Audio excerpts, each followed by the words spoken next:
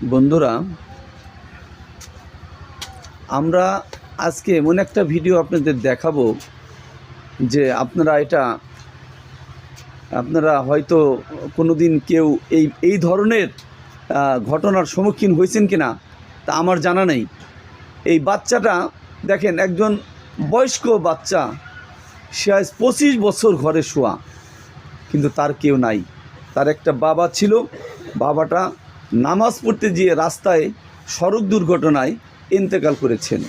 তারপর থেকে এদের দেখার কেউ নাই। এদের নাম কি? তোমার নাম কি? নাম কথাও কইতে পারে না, কথাও কইতে পারে না।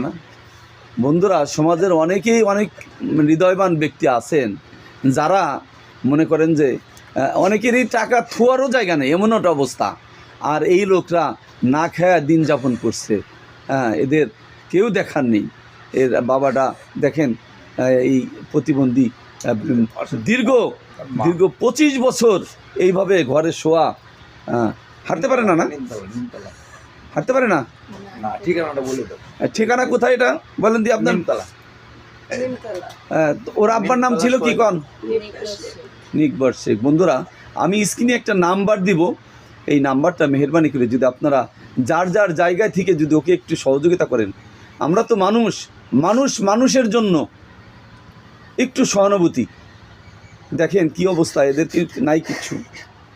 আমি আমার এই এক ভাই আমাকে অনুরোধ করছে যে ভাই আপনারা একটা ভিডিও করেন, যদি কোনো সমাজের কোনো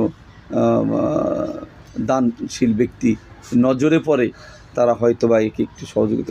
এর খাবার সমাজসেবা থেকে কিছু পান নাই না? কিচ্ছু পান নাই পর্যন্ত। যাক, আল্লাহ ভরসা। তাকে সমাজের যদি কোনো হৃদয়বান ব্যক্তি থাকেন, তাহলে আমি একটা স্ক্রিনে নাম্বার দেবো। এই নাম্বার, আপনার মোবাইল নাম্বারটা আছে, মনে আছে?